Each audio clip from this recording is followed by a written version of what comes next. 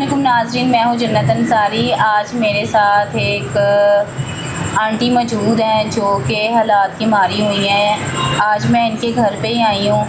मुझे पता चला कहीं से कि ये बहुत परेशान है। इनके पास काफ़ी जेवर था, इनके शौहर थे जो कि अभी इस दुनिया में नहीं रहे, तो बहुत ज़्यादा मुश्किलात का ये सामना कर रही हैं। तो मैंने सोचा कि क्यों ना इनसे जाके बात की जाए, इनके हालात देखे जाएं, क्योंकि आप जैसे भाई जो डोनर्स हैं मेरे पास जो मदद करते हैं, मैं नहीं चाहती कि किसी ऐसे हाथ में आए। तो मैं आई हूँ खुद इनके घर पे, तो आए करते हैं इनसे बात, इनसे पूछते हैं कि इनके साथ ऐसा क्या हुआ और इस बुढ़ापे में क्या इनके घर वालों ने, बच्चों ने, किसी ने साथ नहीं दिया, जो ये इतनी मजबूर हो गई हैं कि मुझे खुद आना पड़ा इनके पास। जी अस्सलाम वालेकुम। वालेकुम सलाम। क्या नाम है आपका? मेरा अरशाद है।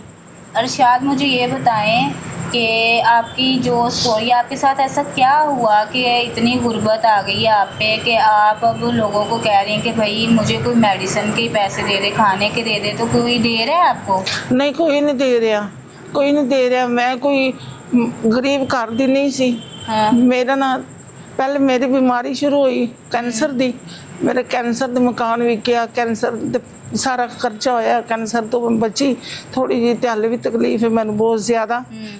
यानी कि आपका अभी आप ज़ेरे इलाज है, कैंसर है आपको? हाँ। अब वो अभी वो किस स्टेज पे पहुंचा हुआ है?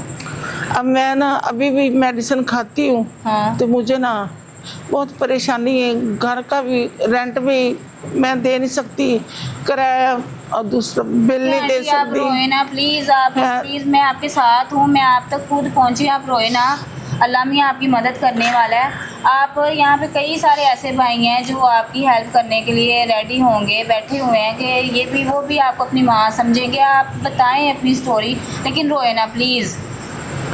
तो बच्चे ने वेखे ना जदों कि ए तो बिल्कुल ने गरीब हो गई है, घर भी विक गया, तो बच्चे भी मैंने छड्ड गए ने। बच्चे भी छड्ड गए ने। सिर्फ एक बेटी है मेरे को, जिन्हें मैं शादी के बारे सोच रही हूँ। तो शादी मैं कितों करा? अगले जेज मंगते ने। शादी करनी है बेटी, क्या एज है उसकी? बेटी है मेरी, जवान बेटी है। अच्छा। 25-26 साल की हो गई है, तो मैं उनकी शादी नहीं करनी। ठीक है, करनी है आपने? तो शादी वास्ते मेरे को कुछ होवेगा तो मैं शादी करांगी ना। अगे तो जेज इन्ना मंगते ने मुंडे वाले, तो मैं उनके बारे सोच सोच के होर मैं परेशान हुई जा रही हाँ। फिर प्यो नहीं सिर ते हैगा, प्यो भी फौत हो गया, वो भी बीमारी के नाल फौत होए। उन्होंने शुगर सी, उनकी लत्त कट्टी गई, पै गया मंजी ते, उनका इलाज होंदा रहा। वो जिहड़े को थोड़े बहुते हैगे सन वो उनदे ते लग गए, वेले हो गए, असी बिल्कुल ही दर हो गए हैं। तो कोई साडा वसीला है ही नहीं, अल्लाह तो सुआ। कोई साडी हमदर्दी नहीं कर रहा ना। तो आपके रिश्तेदार वगैरह कोई नहीं पूछते? नहीं, कोई रिश्तेदार नहीं पूछते। रिश्तेदार खुश होंगे ने कि बाबा इन्हों ते गरीबी आ गई है, मंगते फिरते ने। असी कोई मंगण वाले फकीर तो है नहीं है, तो मंगिए अच्छा, क्यों आपने मंगिए? इंटरव्यू के शुरू में बताया कि आप पहले कोई गरीब नहीं थी, अच्छे खासे घर से थी, तो क्या ये शोहर के फौत होने के बाद हालात बिगड़े हैं या फिर आपकी बीमारी की वजह पे उस पर पैसे लगते जा रहे हैं और कोई जरिए माश नहीं है आपका? क्योंकि आपकी एक बेटी है, आपके बेटे नहीं है? बेटे हैं लेकिन कोई पूछता ही नहीं। वो अपने अपने बच्चों में, शादीशुदा है? हाँ, वो अपने अपने घरों में है, कोई पूछता नहीं है। ना बेटा को पूछता है, ना कोई पूछता है, ना रिश्तेदार पूछते हैं। कुछ मेरे पे लग गए, कुछ उस पे लग गए।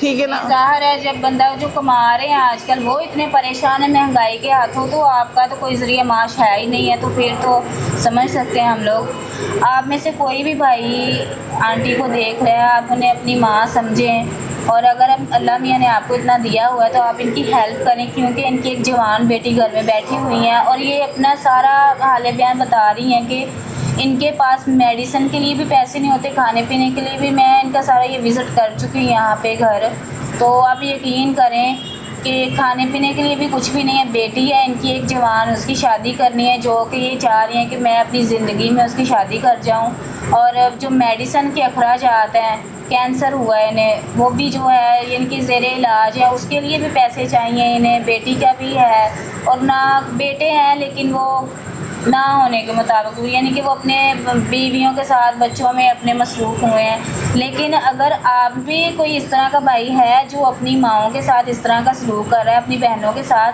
तो खुदारा थोड़ी शर्म करें।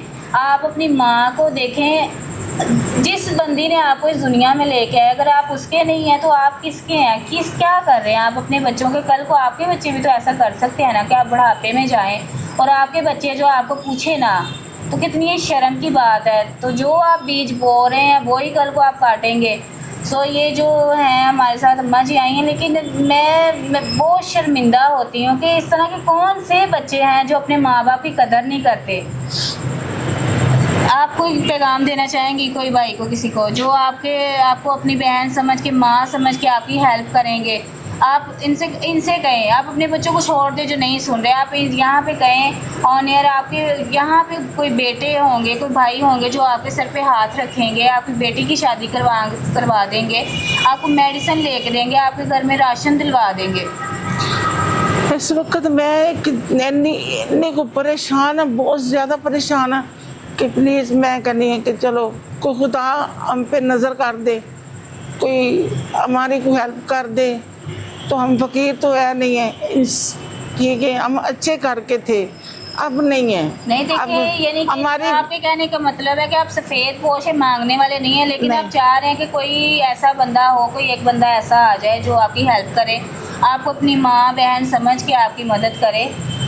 देखें, आपने जब भी किसी को देना होता है ना, एक बंदा ही बंदे का दारू होता है। ये नहीं है कि आप अगर किसी की हेल्प आज करेंगे कल को आप भी, कई बार ऐसे होता है, मेरे साथ कई बार ऐसे हो जाता है कि पर्स में पैसे हों, वो कहीं लग जाएं, जितना मर्जी बैंक बैलेंस हो, लेकिन कई बार आप पे ऐसा ज़रूर वक्त आया होगा, आप में से भी किसी भाई पे ऐसा ज़रूर वक्त होगा जब आपके पास खाने के लिए पैसे नहीं होंगे, रेंट के लिए नहीं होंगे और आपने किसी से मांगे होंगे और आगे से आपको जवाब भी मिला होगा।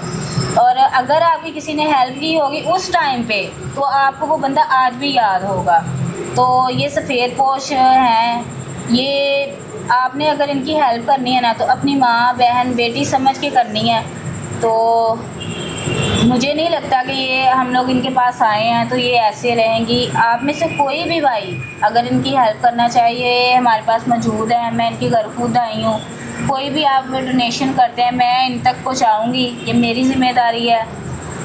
तो आप लोग जो है, इस तरह के जो लोग हैं ना, जो उम्र के इस हिस्से में पहुंच गए हैं और वो ऐसे कह रहे हैं, देखिए वो अभी भी शर्मिंदा हो रही हैं कि मैं कोई मांगने वाली नहीं हूँ, तो इस बात को आप अंडरस्टैंड करें कि ये भी किसी की माँ है, बहन है, बेटी है, तो इनकी आपने यही समझ के हेल्प करनी है कि ये आपकी माँ है, तो ये आप इनका हक इन तक पहुँचाएँ, ठीक है।